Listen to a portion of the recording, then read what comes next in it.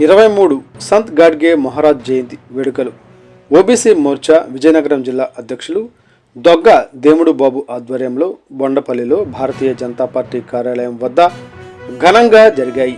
బొండపల్లి మండల ఆఫీసు వద్ద ఉన్న అంబేద్కర్ విగ్రహం దగ్గర స్వచ్ఛ భారత్ కార్యక్రమంలో కార్యకర్తలు మరియు నాయకులు పెద్ద ఎత్తున పాల్గొని అక్కడ ఉన్న అంబేద్కర్ విగ్రహానికి పూలమాలలు వేసి నివాళులు అర్పించడం జరిగింది.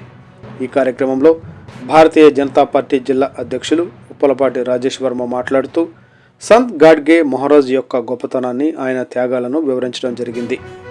ఈ కార్యక్రమంలో ఓబీసీ మోర్చా జిల్లా ప్రధాన కార్యదర్శి దేవర ఉదయ్ కిరణ్, తౌడు తదితరులు పాల్గొన్నారు. Today TV staff reporter yes Shankar, Vizianagaram జిల్లా.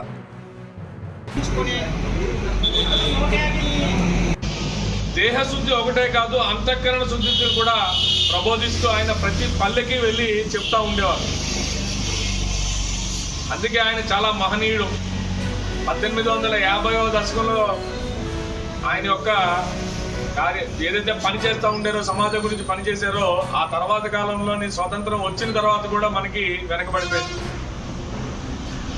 ఆయన సమాజానికి ఇచ్చినటువంటి సూచనలు రెండు: మనం మన చుట్టూ ఉండే పరిసర ప్రాంతాలను శుభ్రంగా ఉంచుకున్నట్టయితే మన ఆలోచనలు కూడా శుభ్రంగా ఉంటాయి అనేటటువంటి ఆలోచన.